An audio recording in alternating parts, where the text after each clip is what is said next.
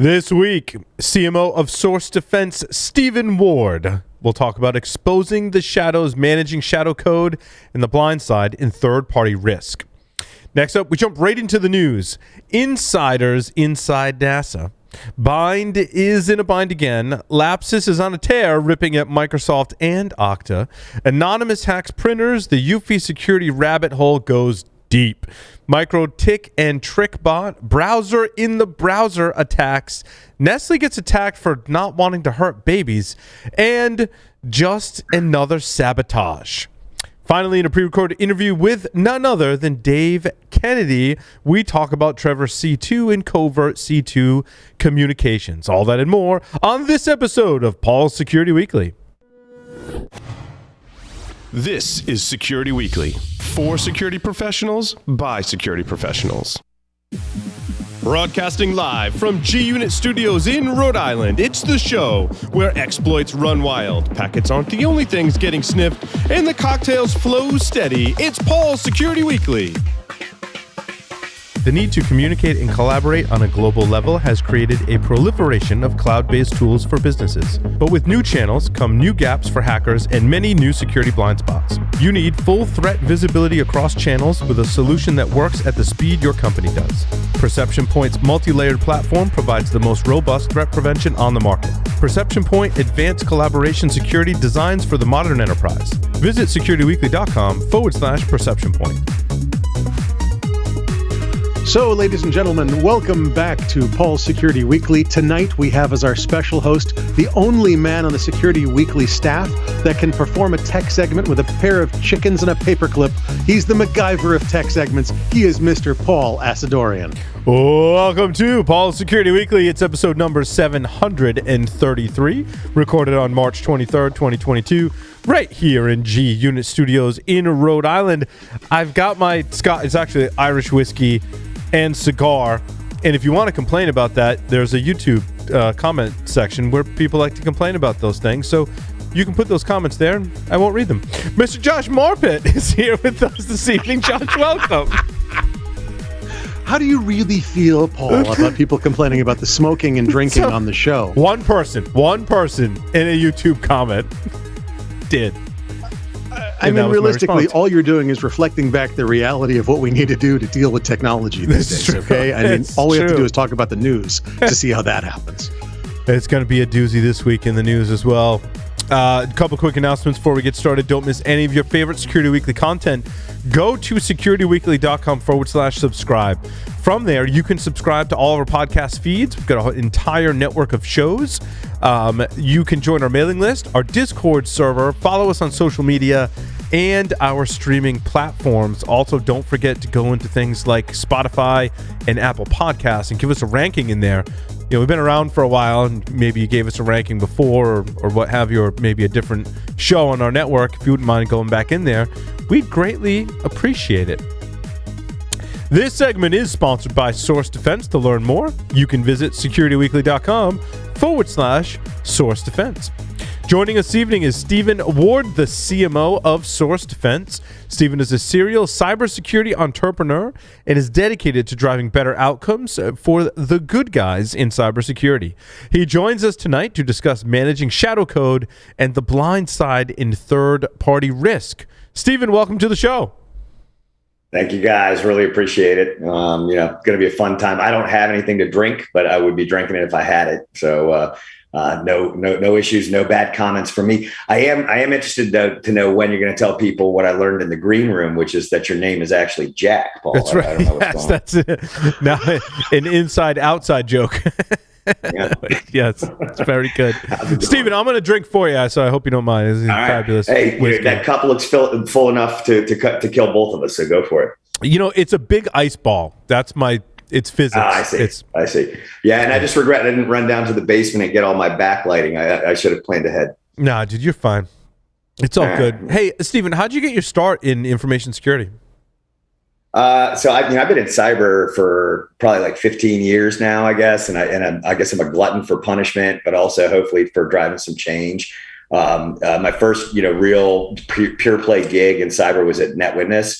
So I was real good friends with Tim Belcher, who's the CTO over there, joined up with those guys. Had a lot of fun with them, driving the whole forensics space forward.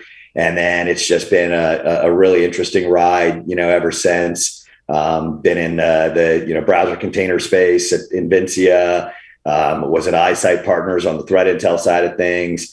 Little stint at FireEye, did some time in the industrial control system space with Clarity. Like cyber risk quantification, and now I'm sitting in the client side security space. So it's been interesting. And I'm actually only like 27 years old, but that's what that'll do to you in cyber is great. This is true. You've had quite the journey in information security. What led you over onto Source Defense? I'm always looking for the place to be where I can make an impact, right? Where there's a demonstrated risk, where there's a problem to solve, where it doesn't seem like we've gotten our head around how to solve it yet. I love new categories. I love pushing the envelope. The experiences that I've had thus far kind of turned me on to that kind of finding that kind of space. And I also it's an Israeli-based company. I worked. It's my second one. I love Israel. I love working with those teams. And I don't know. It just seemed to make sense. Seemed like we would make an impact. I like new category companies too, Stephen. I just have this affinity because I just think it's bold, it's brave, right? But it's different, and they're not trying to do the same thing. They're carving their own path. I love that. I think it's awesome. Yeah, God knows there's a lot to solve, across the security spectrum. So there's room for, solving problems that maybe have existed for a long time, and we just haven't got to them yet, or for, tackling stuff as it's emerging. What you're saying is we need new categories, which I think is really important. Yeah, I mean, my title is CMO, so people generally hate me because of that, right? The marketing component of it. My name is Steven, and I work in marketing, to borrow a line from Jason Blanchard, right? It's not that marketing is hated. It's just that everybody thinks that marketing doesn't know what they're talking about technically, and then the salespeople go, and marketing doesn't get us enough leads, and the marketing people are like, look, we're just out here trying to figure out what people want. Leave us alone. So I think as you can see, I'm not in my mahogany lined office here twirling my handlebar mustache, right? I think there's this perception that we're creating some problem. We're solution finders, right? That's what we do. And so in terms of new categories, we go where the problem is, and we try and connect need with solution. And sometimes it works, sometimes it doesn't.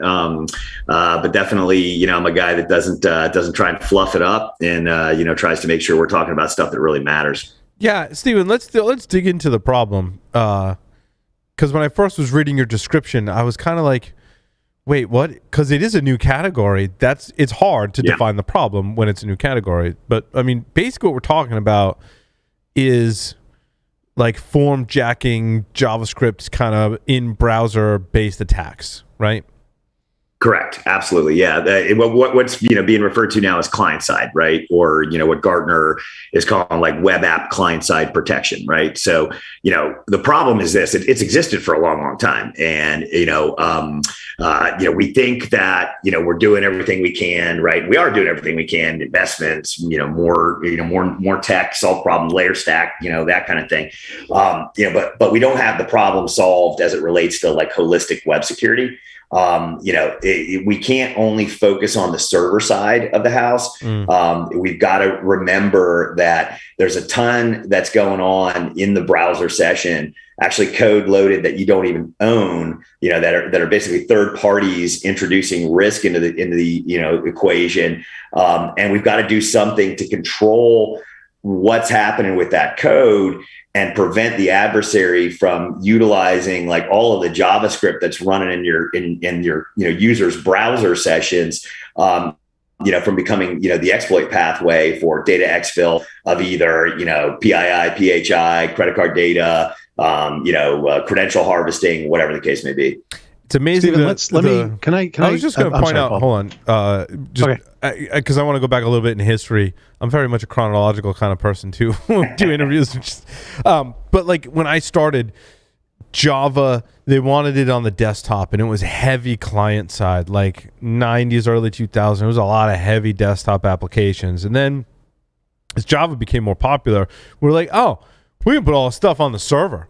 Like, screw the client. You don't want anything, nothing on the client. We want to put it all on the server because we've got this great technology, right? Java server side is amazing.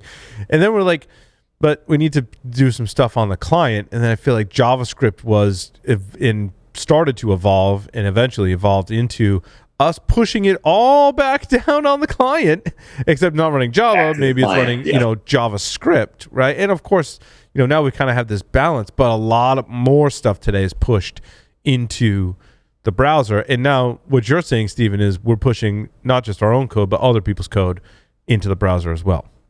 Yeah, 100,000%. I mean, when you look, we've done some analysis of top 5,000 websites in the world, right? Mm-hmm. And when you look at what they're doing, they've got on average 15 to 18 third parties that they know they work with, right? And they're things that make the web session work, right? And things that power analytics and that power the actual transactional experience.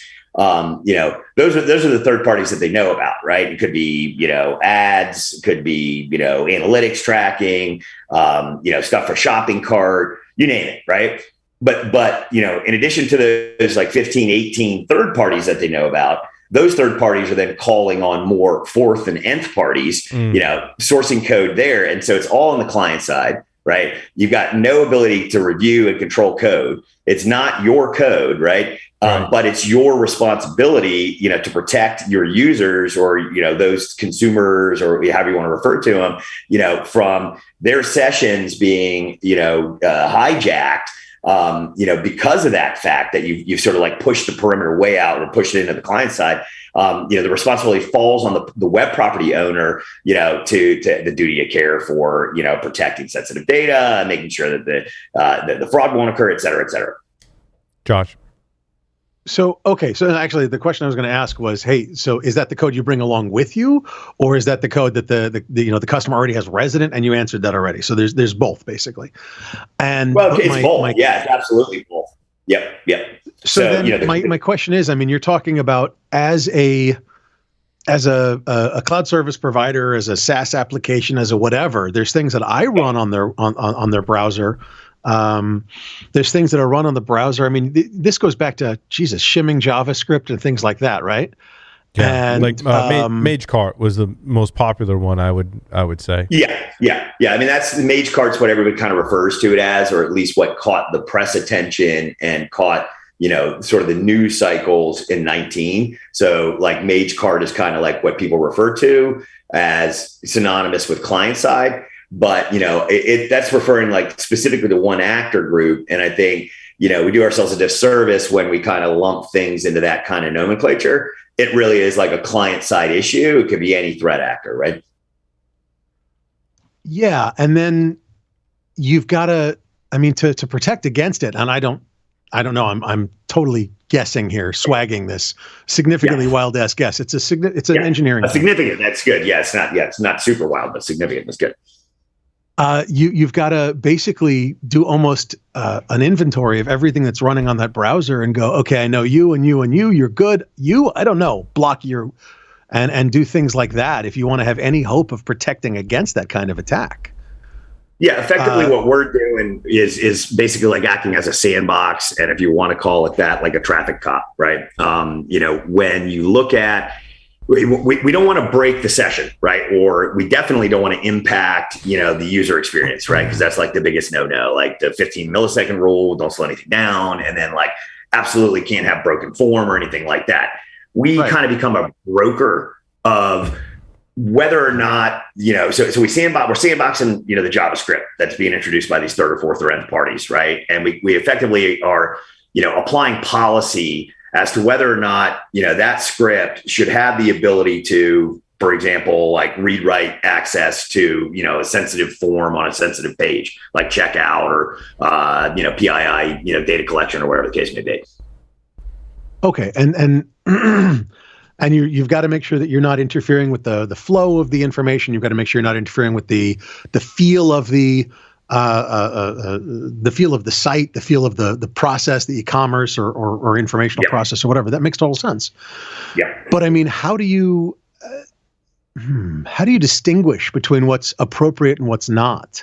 Now, what are your sort of boundaries, if that makes sense? Am I asking us? Yeah, the first step is analyzing what the script is actually doing, right? And what the role of that third party is supposed to be, right? And then, effectively, controlling or cutting off via policy, non-allowable activity, non-allowable function, right? So it's policy based, right? We sandbox, we look, kind of sort of do the learnings, if you will, out of the gate, right? This is a plugin for X, right? We have a conversation, with our client, make sure we understand, what the intended use of that third party on the site is. And then we start basically throttling back access, according to those policies, if that makes sense. And Stephen, without this, any script that you include is basically running code inside your application with no restriction inside that browser tab in the context of the same origin policy for your site, right?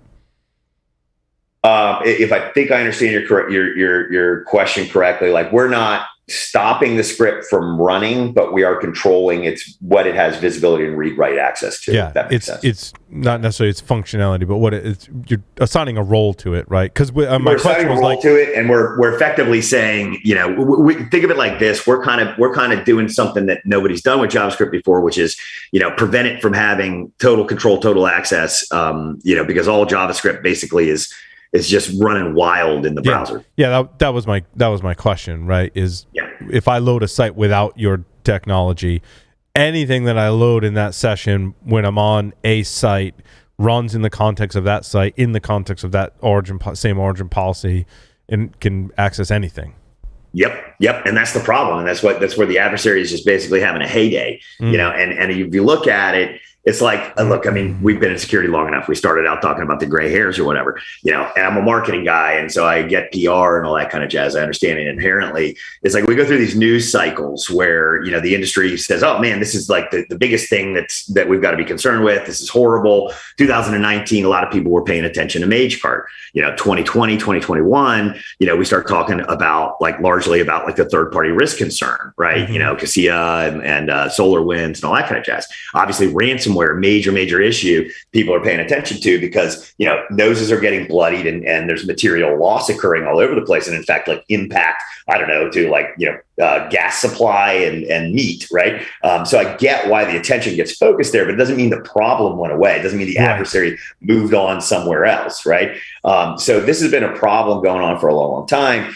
And, I kind of look at it and say, and this is where we sort of talk about the third party risk end of it, you got to consider these things sort of in the buckets and the categories that they fall into in order to keep yourself on the pathway to actually solve the problem. So, we've got third party risk as a major issue and a concern based on SolarWinds and Cassia and all that kind of stuff. You're addressing it. Well, this is an element of third party risk, right? And so this is something you got to address the same way you want to mitigate third party risk, in other forms of your supply chain. This is part of the digital supply chain, which arguably is even maybe more pronounced than what we're addressing right now, because of the fact that you could have potentially millions or tens of millions of users every day, coming to your web properties and potentially getting pwned.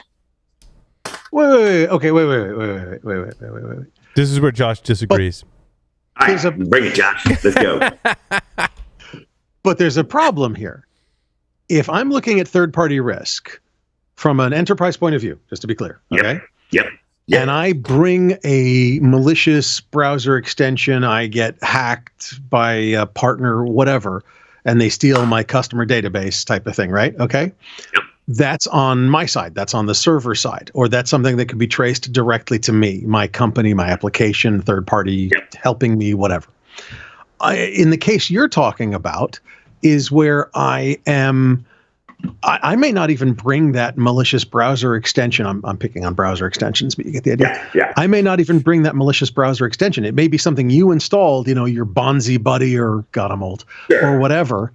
But it steals your data from you using my application. Absolutely agreed. And that's bad PR and it's ugly and it's nasty and everything, but it's not my fault. I didn't do anything to do that. Right. You did when you installed Bonzi Buddy back in 1997. The example you're using is the compromised endpoint already, right? Yeah, or the user made, browser. so sorry, it's been Josh's example, right? The user made the decision to install something that compromised the integrity. Correct. And we actually protect against that as well, right? So we actually will control like user reflected, we will control what may be occurring on the browser itself, right? In terms of what user might bring in, right? And so, yes, in that case, Josh, right, it is not on the organization necessarily their responsibility because you got a compromised endpoint. But when you consider that I, as the web property owner, right, am allowing 15, 18 partners and 36 more or whatever the number is, fourth, fifth parties effectively into my code. It's not loading from my servers, right? But they're my partners. I brought the problem to the table. If one of those parties should be compromised and that becomes the source of that, exfiltration, it's all on you. No, that makes sense. So what your basic premise, your raison d'etre, your company's reason for being, is the third parties But yeah, sorry? That was fine. No, that was French. That was a French. joke. Okay, He made it funny. It was actually funny. You missed it, Josh. I made it funny. Your company's reason is that the third parties that I bring along with me in my application, correct? Those are the ones that you are controlling and making sure that a supply chain attack will not affect my customers. Absolutely, and we do more than that too. Yeah. I'm sorry. Good. No. Good. I was just saying we do more of that too. We cover the first party stuff as well, right? So your own script, if that should be compromised, we cover you there. But the large focus is that third party. Yes, that's really cool that you can sandbox your own scripts too. That gives the developers and platform engineers ultimate control, whatever the role is in your organization, right? I want to just say developers. What it also reminds me of is like when we used to call it drive-by downloads. And there's a lot of advertisements that get loaded through third parties. That's somewhat almost where this was born. Oh yeah. That's Jeremiah Grossman did that, where he had the autocomplete through the ad networks, and he was able to basically be like, I got the credit cards for he figured out with like $3,000 spend in ad networks, he could probably pick up about $4 million in credit cards. Yes, things like that. Because my ad is essentially code that runs within your application. The point of this conversation, right? Yeah. Yeah, and look, I mean, so so I spent a lot of time in the idea of trying to quantify cyber risk, right? So I was at a company called Risk Lens. I was, a core part of driving the whole FAIR model, the FAIR Institute, factor analysis of information risk. And one of the things that that whole movement is trying to do is allow security people to kind of like look at the priorities that we've got, because they're endless, right? And stack rank them, and determine where to make the investment and what you need to go address, like at the business level, to take the material potential impact off the table. In the particular case of the client side end of things, we're starting to see a lot of case examples, if you will, of like it costing a ton of money.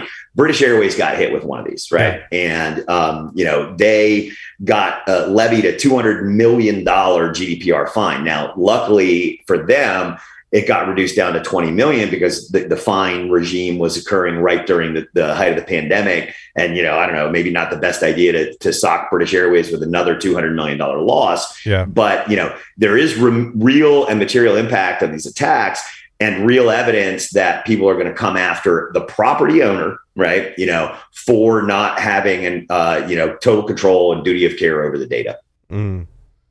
So do we still see this in advertisements? I haven't looked into it in a while. I mean, that seemed to be like all the rage, and that's when ad blockers became it, and very much so for the hacker and security community. We got to have an ad blocker now, not just because I don't want to see annoying ads, because who wants to see annoying ads? No one really does, right? But also because it was basically the premise we're talking about now. You're like, I don't want ads loading inside of my browser, because they could pose some type of threat to whatever I'm doing inside of my browser. Yeah, what we've been seeing a lot more, and like 2022 has jumped off to like a pretty heavy start. I'm so old, I actually have to look at the date to make sure I say 22 instead of 21. But anyway, we've seen 22 jump out of the gates this quarter with a lot of examples of these client side or mage card or whatever you want to call them attacks.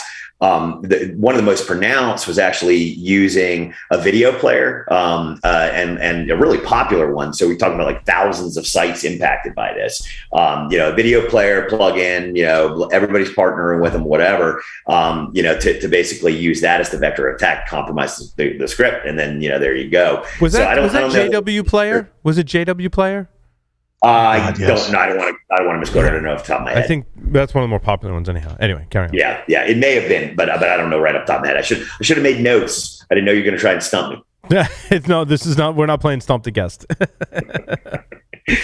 No, but I mean, it's any number of potential partners that could be an issue. I mean, there was one. What was it? Like Segway was recently hit, and I want to say it was like a pixel or something like that was utilized.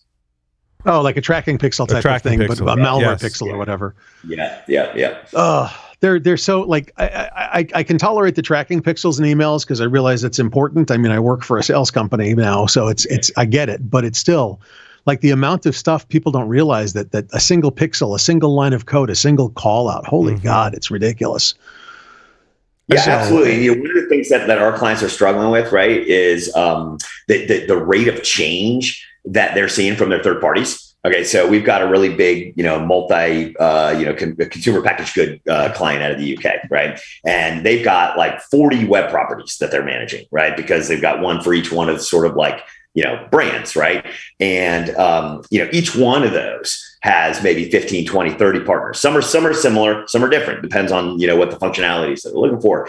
But what they're seeing is like a rate of change of code of like one change across that ecosystem every 110 minutes, right? So, a single line of script, from any one of these partners could be compromised, right? It could lead to, a massive impact.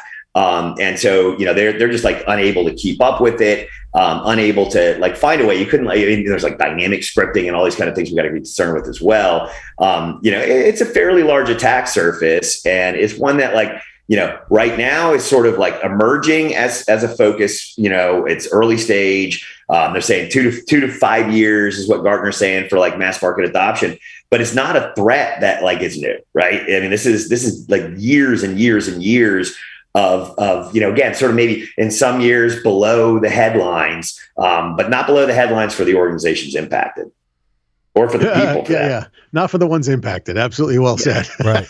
Yeah. So let me ask you a question. I mean, one of the things I work on is software bill of materials. And I work with the SPDX group, which is the Linux Foundation group. So we try to, we're building a new standard for SPDX 2.4. Don't quote me on this, 2.4. Oh, don't kill me. And then 3.0 for SPDX to build out software bill of materials. What you're saying with this rate of change is fascinating because there's no way to keep up with that actual rate of change of code. If it's, what'd you say, one every 110 minutes or something? One every 110 minutes. And then, you multiply that by X number and number, the exponential rate there is crazy, right? And it's funny you bring up SBOM because it's actually like something that we're, kind of talking about ourselves in as it relates, not to the bigger picture, all code, right? But as it relates to like, the web experience, right? So SBOM for these third parties or SBOM, inside the web property, right? And it really is like, when you think about it, it really is kind of like a shadow code concern, right? Because you've got like all of these partners that are bringing code to the table. Again, you're allowing them to, you have no idea what it's doing. Right. And in a lot of cases, they don't. I heard something, and I'm not going to call the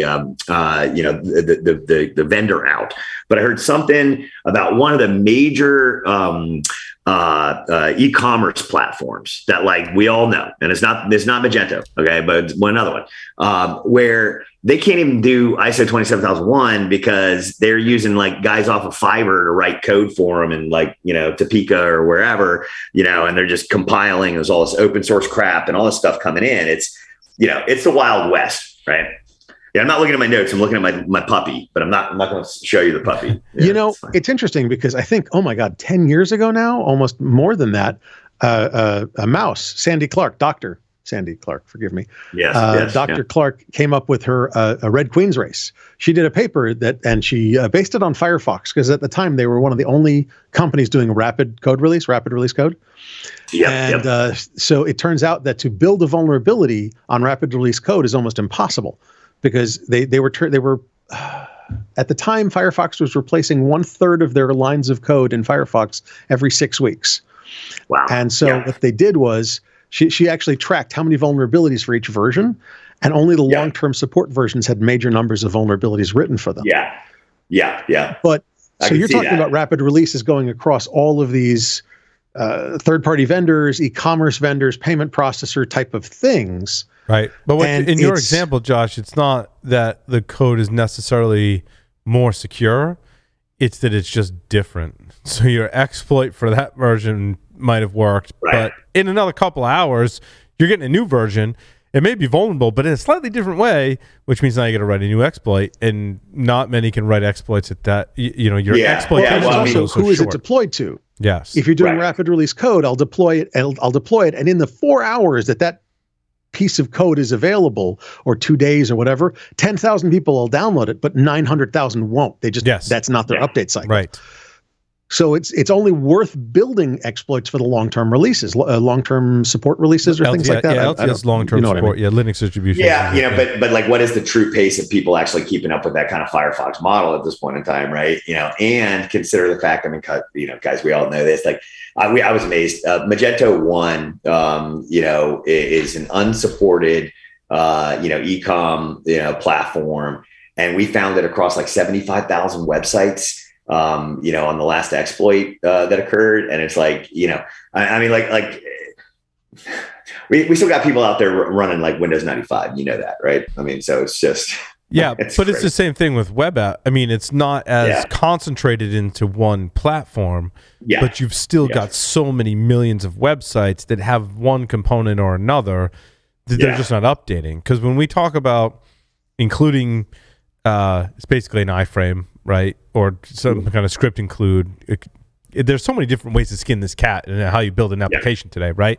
You're including JavaScript code from a third-party source.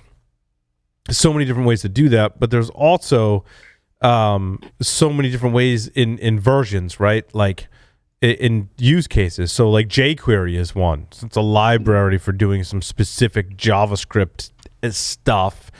And there's multiple different libraries, and maybe I wrote an application, I included a specific version of jQuery.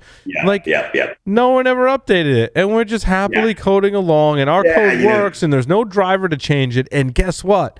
No one's telling me that I got to change it because, like, it's like it's like I haven't changed my vents in my house. Have you cleaned your weep holes? You got to. This is cleaning your weep holes. It's my example in house. Yes. You know what your weep holes are. Some people might not know, but if you're a newer homeowner or haven't owned a home before, inside of your windowsills there are these little holes so that as water rains down and goes on the window, it has a place to go. Because if water doesn't have a place to go, it might come back in the house, and that's bad. This kind of like cleaning your weep holes. Totally. But how often do people actually do that, even when you tell yourself you're going to do it? Right. I know I should do it, but now that I think about it, I have not checked my weep holes. Every time my HVAC dude comes, we scramble around like it's we're cleaning up for the whenever we can get a maid in here, like kids, so I'm running around trying to pretend like I keep my my what do you call them, like my filters clean. Yeah, your filter. Yeah, you got to change your filter. Yeah, it's like, well, and it's like when I go to the doctor and he asks me if I smoke, I tell him, well, I quit, but I quit, on the way in from the car. No. That's like the questions we have to lie to you. How many cigars do you smoke? I'm like, a day, a week, a month? What kind of time frame? I had a doctor ask me one time, and this is actually an original joke. I'll let you keep it, but she says, well, how you should never drink more than 4 in a sitting. And I said, well, how much if I'm standing up? And she didn't. Jokes in the medical context, in the healthcare environment, don't go over well. My wife works in healthcare, and we've talked about this, and she's like, yeah, just don't. I'm like, but if you're in this situation, like, this is really funny. And she's like, 9 times out of 10, Paul, that person has heard that joke at least 100 or more times. Yeah, and you are not the first person to tell. It's like a waiter when you go, how'd you like the food? Oh, it was horrible. I cleaned my plate. Right. It's really funny. Send it back. Yeah. Like, you've never heard that one before. Because she's like, like a pretty high percentage of males that get a sonogram of any type of internal organ. She's like, they all make the same joke. And she's like, it's not funny. They're like, oh, I'm not pregnant. How many babies do you see in there? And she's like, well, I know it's coming. Yeah. It's funny. It's like, so it actually proves that we're just all stupid creatures of habit. Yeah. Right. And, so you hear the same joke because, maybe it's a glitch in the matrix or whatever, like, millions of us think that it's an original thing. And it kind of goes back to the whole point on like the hygienic side of things is like, none of us take care of the hygiene the way we're supposed to, or else we wouldn't have security problems. Right. Right. I mean, isn't that the whole thing behind like CSF and all these kind of, sort of frameworks is basically, get the easy stuff done right. And then, you can tackle the hard stuff, but I should go to the gym, but I don't. But anyway. Yeah, but in the developers world, I got to make things work. That's my number one goal. Yeah. And if no one's telling me I need to update that library, and I don't need any functionality from a newer library or inclusion of any kind of third-party, JavaScript or whatever it is, I'm not going to do it. If it ain't broken, I'm not fixing it. And also, if it's available in a big open source library where I can copy paste, then I'm going to do that instead of writing my own code, right? Well, and like what percentage on average is your own code inside of a web? Oh, it's getting I want to say I've seen studies on this, Stephen and Josh, right? Where, because I think about how I code, right? Yep. And like you could draw a pie chart and it would be hilarious because like there's a sliver of that pie, pretty big, that comes from Stack Overflow, right? Yep. Big sliver of that pie is like libraries I'm importing, right? Big sliver of that pie is like maybe other code that have been written from people before me that we own as a company, so I'm going to include that. Like, sliver of that pie that I'm writing from scratch, usually pretty small in most applications. Smaller and smaller, too. I mean, that's part of the whole SBOM conversation. Right? I'm sorry, go ahead. No, go ahead. No, I'm just saying, I'm saying that's what SBOM's really focused on, right? I mean, it's kind of figuring out what the hell you got. I actually tell people that code these days is like Legos. We don't write code anymore. We actually just assemble it from everything that's out there. And Stack Overflow, let's just say that Stack Overflow is a pretty damn big part of code these days. But between Stack Overflow, legacy code, libraries that I used back when I was in school, et cetera, et cetera, et cetera. But what's different and that's is how like code is written. You're trusting the code. I mean, and kind of back to this example too, right? You're trusting the code that comes from Stack Overflow. You're like, oh, that looks like it'll work. Copy paste. Same thing. If I need a checkout cart in my application, I can include that. I need a jQuery library. I need a style sheet, right? I mean, I import that from somewhere else, and it's magically running in my application. I don't look at any of that code, right? It just and it's like pops in. And it's so alien to this concept that we've got in security now, which is supposed to be zero trust, right? Well, I mean, it's like it's 100% trust on the code side of things, or 100% trust in the third party, right? And somewhere along the lines, I don't know. We got to stop the insanity cycle, but there's a lot of things to do, man. I remember reading about early days in MIT in the '60s when they had some of the first real, actually, computers, right, that were shared and students could use. There was a drawer of punch cards, and if you needed some functionality, you could literally go in the drawer of punch cards and pull out the routines that you needed and feed those as part of your program. Now, in that example, you may not interpret all of the code that was in there. You may know that someone else who was likely that I'm pretty smart, right, wrote this code. It's really awesome. I mean, and they were pretty much, when you wrote a program, you were breaking new ground back then, right? There wasn't the software we have, ubiquitous software we have today. Example I was given the other day is like my high school coding project. I'm like, I had help. I'm like, I kind of feel guilty because like I had help, but then I think about like today, I'm like, you can go to the internet and copy code all day long. I'm like, the difference was my help explained to me. So I was writing this graphical drawing program in BASIC, and I showed up to my local like Christian youth organization that I was involved in high school, try and keep me out of trouble. And I'm like, I need to use your computer because I knew I had a computer. And I need to do my programming homework. And the priest at the time, who was a friend of mine, I don't know if he was a priest or studying to be a priest. It was a friend of mine. And I'm like, yeah, dude, I got to like use a computer to like write some code. I'm like, you know anything about this or whatever? He's like, yeah, actually, I was in the Navy and I coded missile defense systems. I'm like, oh, so you can help me. And he did help me, but he explained what he, like the person who made the Stack Overflow post was in the same room with me explaining that. And I'm like, we don't get that today, right? Some random person on the internet posts some code, some random company or organization posts some code, and we're just like, yeah, I need that as part of my thing. And most of us, I mean, probably 98% of us, right? We don't read that code to see what it's doing, you know, unless we're modifying or forking someone's project. We don't read that code, including it and forking, two totally different things. Yep, totally agree. Totally agree. Yeah, I mean, like it's analogous to like when my 16-year-old wants an answer, he Googles it, which I want him to, right? Yeah. You know, look it up before you come and talk to me. But he takes the first result, you know, and it's just okay, well, there's the answer. You know, well, where's the research and where's the investigation to understand if that's actually accurate or if somebody's just done a really good job with SEO to push crap your way. Well, and that's part of this validation. This is the same problem that we have with what do we tell coders? Yes. Do we tell coders get secure code, proper code, good, well-documented code out the door? No, we tell them, when are you going to have it done, damn it? Yep. I mean, there's some validation that we can do, but that doesn't really, it helps to a certain degree. And what I mean by that is you can give developers some guidelines. Like, hey, when you're looking at a library or anything third party you want to bring in, like, look to see how long it has been around, how often did they release updates, how many people are contributing. You know, there's a number of factors that we can look at. Like, when's the last time it was updated is a big one for me. It was published to GitHub 6 years ago and no one's touched it since.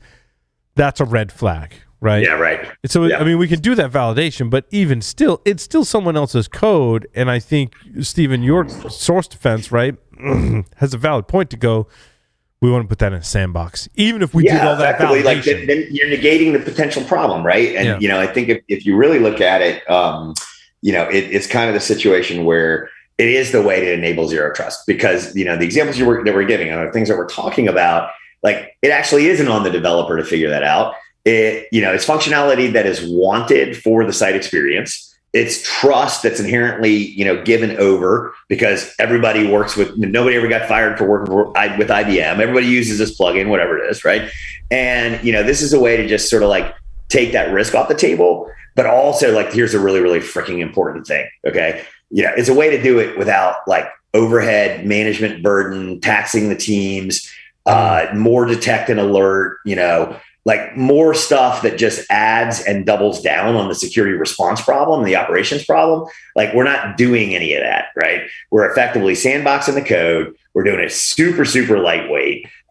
We're doing like, you know, 5 hours worth of management, you know, burden a month. You aren't like adding teams. This isn't like, you know, a solution that, you know, when you think about like mass deployment, right? You know, it means more full-time employees where I already can't find enough employees, you know, that kind of thing. So it's like this low-hanging fruit that has big, you know, sort of risk mitigation impact, you know, helps you not have to worry about the fact that we are operating at the speed of light, right? And, you know, just like, it's just a no-brainer.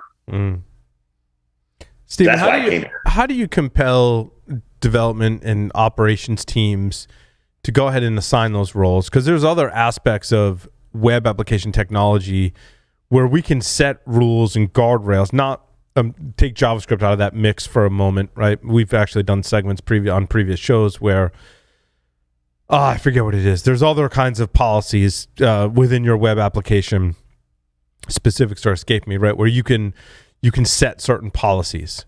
On your cookies, on your HTTP responses requests, right? You can HTTP header values. You can actually enforce some policies at that level rather than the application level.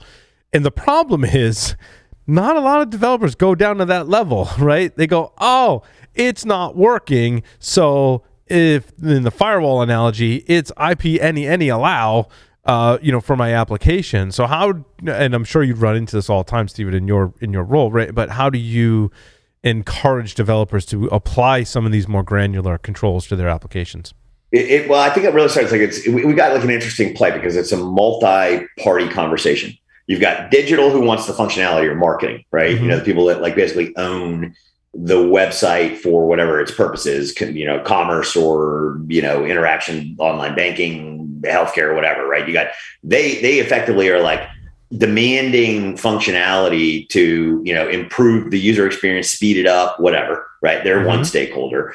You've got GRC, which, Gartner's now calling IRM, integrated risk management, that has a role in it, because they're the ones who got to make sure, for GDPR, well, marketing and GDPR are partners, marketing and IRM are partners on GDPR, but they've got the oversight of, are we going to comply with our requirements here, for, protection of sensitive data, protection of personal information.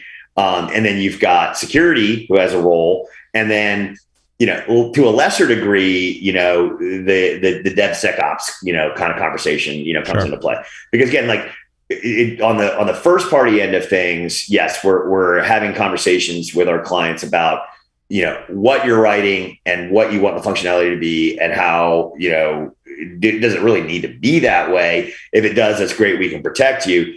On the third party side of things, it's less about the developers and more about those other stakeholders that own it, if that makes sense. Stephen, what I'm kind of reading between the lines, I think is really interesting, kind of prolific actually, is that security has to be baked in the requirements. Security is a requirement. It's a requirement, right? But also that applies to larger organizations too, as we all know. Anti-business. In smaller, right? But in smaller organizations, it's a lot less people that are taking on some of those roles, right? You could have the stakeholder who's also kind of playing business analyst and setting the requirements that wants to move more quickly, and you're just passing that right off to the developers, right? Or the requirements are really loose. In large organizations, I think they're set up for a better success in that there's more well-defined roles to develop requirements. And if you build security in that process, you'll get a much more secure application that can build this stuff in. It's the smaller folks that and that term, don't take that on face value, right? But not large organizations where you can run into a lot of trouble because requirements tend to be not as well defined, and because they're not being software's not being developed with all of those more well defined roles. Yeah, I mean, I don't know how large your organization is that, in sort of your group or whatever, but I mean, it's hard at times to keep 15 people talking on the same page, for any period of time. They're worried about that. They're building it. They must be thinking about security, or we'll deal with it after the fact. Or I didn't know they were developing it because I'm fighting whack-a-mole fire over here, and I'm not, being engaged in, security consultation on, what we need to do from a development perspective, if that makes sense. Yeah. I mean, it's, Yeah, it's a business systems analyst, right? That talks to the users, understands the requirements, translates those to the developers. If we could build security into that process, that would be awesome. In my example, I'm like, someone's got a spreadsheet over there. Go write some code to replace that. Those are your requirements. Right. A lot less loosely defined, loose definition of requirements. Yeah. So we've got a comment in our Discord from DMZ. Well-tested code with test-driven development is key, and it helps to build documented code and guardrails for good code, which is exactly what you're talking about, Paul. And you've got a policy, a way to build the right code, and then you can have people that work within that policy, within those guardrails, and that makes total sense. Yeah, the requirements problem, of course, are not just functionality, Josh and Stephen, right? Requirements are the guardrails, as you say, and DMZ astutely points out that it should run in. Yes, it should do this, but it should also not be allowed to do this and only allowed to be doing these things in this context and provide this functionality. Those three different things. Yeah, but the problem is how many enterprises, large, small, medium, whatever, actually have those things set up. Right. I think in the last couple of weeks, I've talked to a dozen companies that they're not even close. Small applications. They're just not even close. Small applications, you're like, I can nail all this stuff. And you get into millions of lines of code across 50 or 100 applications. A lot of that stuff goes right out the window. Absolutely. And get more hands equals more problems, right? In those larger applications, those million lines of code, you got a lot of developers involved, right? spread the 4 wins. And first of all, I'm just really glad to know that there's a comment in the Discord, because I'm enjoying this conversation, but it's good to know that people are actually listening to it. Yes, so people are actually listening. Nice. No, yeah, we absolutely do. DMZ is actually Dave Zenzian. Dave, I hope you don't mind if I sort of call you out. Oh, he just outed him. He just doxed him. There goes the anonymity right there. Right, that's it. He's listed on the Discord. It's okay, and he's very, very he's involved Armenian? in the DevOps Wait, are you side saying he's of things. Armenian? What's that? Is he Armenian? No. Wait, yeah, Dave's Armenian, right? The last name sounded Armenian. That could be why he's so Zenzian. smart. Yeah. Dave, where are you from? But Dave works at VMware. Last for your social, Dave, and your mobile, and the password to your email would be great. Mother's maiden name, please. So Dave's over at VMware doing a lot of DevOps stuff and a lot of basic infrastructure and architecture pieces. And it's really cool, actually, what he does over there. But his point about the development should be focused on the, on how you build, on building those guardrails, on building the pieces, the rule set for developing is very valid. But it's rare, unfortunately, still. Like we said. Well, and so when you have something that can build guardrails like your company, I mean, am I right in thinking that it helps to inform sort of on-the-fly guardrails, dynamic guardrails?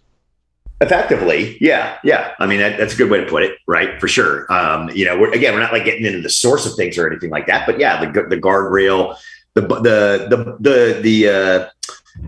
you want to call it? Like the side rail airbags in cars now, you can think of it like that, right? Side curtain airbags. Side curtain. Yep. Yeah. No, I mean, it's the age old problem. We could get rid of all of our problems if we just took enough time to think about what they're going to be and, bake in, the forethought, right? And the foresight, but we don't, and we never will. And all the problems that could lead to us being completely compromised or having to pay $100 million in fines. We would totally fix them if we knew that was going to happen, right? If we knew, yeah. Well, I mean, but I mean, maybe like that gets into the whole risk conversation, right? Yes. And the way organizations look at risk, there's the concept of 4 T's, like, treat, tolerate, transfer, terminate. Okay. So terminate. Well, hey, don't want the risk of this happening, well, then get rid of your website. Okay. Well, that's not a viable alternative, right? Transfer. In this particular example, it's the third party bringing the problem to the table, right. But the transference is either to cyber insurance, right? Or you could. Stephen, in that example, some have probably tried to transfer that risk and go, I was just including a third party component. They're trying to transfer that risk. Doesn't always work out. Well, it's whether or not the party on the other end is willing to accept that, right? Or if so in a lot of cases with supply chain risk management, the big dog has enough power to force, the supply chain partner to do something about it, right? But, the more ubiquitous that partner is, right? In terms of, well, they take it or leave it. I am the de facto standard in this particular, area, my swim lane. The less they have to shoulder the transfers of the risk to them. Does that make sense? Yep. Like, if you're dealing with like a 4-man shop and you're paying them $1 million a year and their revenues are $1 million a year, they're going to listen to the transference conversation. But if you're dealing with a 4,000-man shop, at stake. Of steak? There's money at stake. I thought you were getting hungry. I heard I want a big steak, and I do too. I love steak. My wife is actually making corned beef tonight. Nice. So, not steak, but very, very good. Yeah, it's good. Corned beef is just salted meat. It's just salted meat. It's a brisket. It's a brisket that's been brined for you. Yeah, basically. Yeah, yes. Are you complaining about I'm an Irish guy. I like brisket. Brisket is amazing. I'm supposed to like corned beef. I will admit, and close your ears, Mom. Never really liked it, but hey, whatever. I guess I do like whiskey, so I fall into some Irish stereotype. Mm-hmm. I'm Russian. It's meat. I'll eat it. Corned beef. Yeah. It's fantastic. Life is good. That's great. I'll take on the whiskey concept now as well. It's okay. Now I'll suffer hungry. for you. Now you start talking about barbecue and stuff. I need to do a brisket. I haven't done one in a while. But it's not the only thing with brisket. You can't bake it. You can't make it real quick. You're gonna have to get started on that for briskets. Yeah, you're in for a journey. Like a lot of times you're putting it in and then like going to sleep and waking up the next morning. Like you're cooking for like a really long time. Yeah, but it's worth it.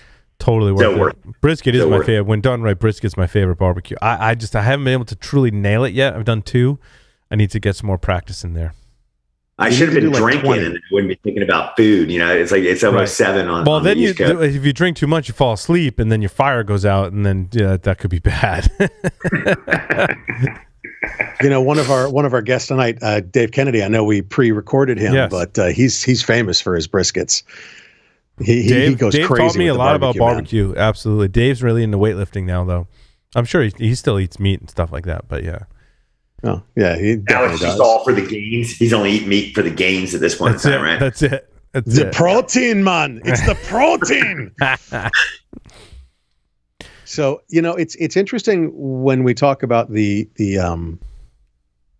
client side piece that was so important early on in technology and is now important again. Yeah, I find it fascinating that I mean how much are your competitor? Definitely DMZ. Your competitors. I don't even know of any competitors of yours. Are there any? They're out there. Yeah, they're emerging, and they're emerging rapidly, right? And I think like we're in a space where like I think we're definitely it's my job to say we're the pioneer and we're the lead, right? But we actually are. I think because largely of our approach, prevention first, not detect and alert. Right. You're drowning in alerts. You don't need millions more to deal with that you can't get to, et cetera. We do prevention first. It's a sandbox approach. It's, take the threat off the table. Competitors are really emerging, but they're approaching it at, a detect and alert kind of with a detect and alert kind of approach. They're out there and I think it says, okay, there's a market here. Right. Because there definitely is. Yep. But I think we've got a little bit of an advantage, the first mover advantage and, the right concept in terms of how we approach the solution that's keeping us at the forefront. But, we're right now, we're in a new category, Stephen. They're lucky to have you because you get it, right? Because you want to have. They're lucky to have me. That's what I'm saying. They are. I'm not just saying that, but, because your company sponsoring the episode, right? But what you just described was if you've read Play Bigger, right? Like your point of view on how to solve the problem is very important. And you, what you just described was you believe you have a unique point of view on the problem. Having other competitors in your space starts to validate your category as a category, which is important to have competition. But that prevention first, if you guys can pull it off, sounds like you are. Sounds awesome. Yeah. I'm digging it. Like I like these sandboxes around this code I'm including in my application. I think it's the right approach because as developer, I mean, putting my developer hat on, I maintain some of the applications around here, and having that as that safety net, having some prevention in there is great, right? It doesn't burden. I think you said this during the interview, Steve, right? It doesn't burden the developer with all that overhead, right? If I can say, well, I do want to include that, but like I know I needed to do this and I'll put some guardrails around it and I can move on. That's cool. Yeah, it's like I was saying earlier about like listening to people and trying to solve problems, right? Yeah. Not forcing your approach down people's throats. All you got to do is just pay attention to what like CISOs are like just screaming from the mountaintops. Like, I don't have enough people, enough time. I've got too many problems. I need solutions that are, easy, right? Where's the easy button kind of stuff, right? And so what we've tried to do is really listen to that. We aren't going to solve every problem, that security practitioners and security, leadership has, but we're sure as hell not going to double down on it for them and make them thank us on the way out while we're like adding more, potential to fall off the face of the earth because they're holding on to the grass every day, just hoping they don't spin off. Yeah. Valid. Well said. Stephen, this is really cool. Thank you so much for explaining this to us and how you're doing it. I do have 5 questions for you, but Stephen, just before we close out, tell me a little bit about the company as much as you're at liberty to disclose. employees, funding, culture, where you're at, kind of thing. Yeah. So we're U.S. and Israel, right? With development largely in Israel, mostly sales, marketing, and client support, here in the U.S. We're, I want to say, approaching like about 80, people at this point in time. We will be making a funding announcement soon. So we're going to be in our B, right? Yep. We're doing a lot of great work, right, with clients across the globe. Got, a number of really, really big clients. I think I mentioned the one in the UK, and all you got to do is kind of think about like household names, that brands that you guys, and we all interact with or whatever, and it's across retail and healthcare and financial services. So we're kind of like multi-market. It's an awesome place to work. We're always hiring. It's awesome though. I love Steven, the companies that are, and it's taken me a long time to develop this profile, right? They're like cusp Series B, sub 100 employees, have signed some significant accounts. Like you're in the race and you're charging forward. It's a fun place to be. It's a fun place to be. I'm like, I'm a glutton for the punishment that comes along with it, right? Yeah. Because it's, you wear some hats, you wear multiple things to do, not enough people to do it, but I love it. And again, it's like, it's exciting because we are doing something that, it's kind of like, it's like my dad swears he invented pepper vodka, right? Back in the 50s or something, right? His friends just love the fact that, he had the intelligence to stick peppers in his vodka and he didn't do anything about it, right? Now you've got flavored vodka going all over. Nobody's going to drink flavored vodka, somebody told him. But anyway, problems have been there or needs have been there if you like vodka. Yes. Doing something about it, right? Yeah. So, Steven, are you ready to play 5 questions with Security Weekly? So long as they're like nice and it's not anything to do about like, guitars and horse pictures, I'm fine. It is not. There are no right or wrong answers. You ready to play? Oh, good. Okay. All right, let's play it. 3 words to describe yourself. Passionate, driven, and crazy. If you were a serial killer, what would be your weapon of choice? Which can include a guitar or a horse picture, just to be clear. My tongue. If you wrote a book about yourself, first. If you wrote a book about yourself, what would the title be? Work in progress. What is your favorite hacker movie? Are there? Should I? That's a trick question. That's a trick question. I wouldn't say it's a trick. It's very subjective. Okay. All these questions are very subjective. So you could move from subjective to trick question. I see that. I know, but I'm going to get like lambasted if I choose the wrong one. We don't judge. Our listeners may judge because I don't control what our listeners do, but we don't judge until after you drop off the call, Steven. So what's the one with Helmsworth? Was it 0 Day or whatever? Was it Fire? Black Hat. Black Hat. Yeah, we'll go with that one. We'll pick that one. Choose 2 celebrities to be your parents. Living, dead, fictional, or otherwise. June and Ward Cleaver, whatever their names were. Barbara Billingsley and whatever his name was. Leave It to Beaver. Yeah, why not? That wasn't the show with Ron Howard. What show was Ron Howard in when he was little? Was it Andy Griffin? I couldn't remember. Andy Griffin. Yeah. I had a mental block. Steven, thank you so much for appearing on Paul Security Weekly.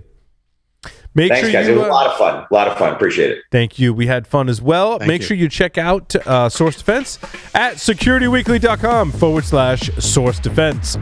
Coming up next, the security news. Stay tuned.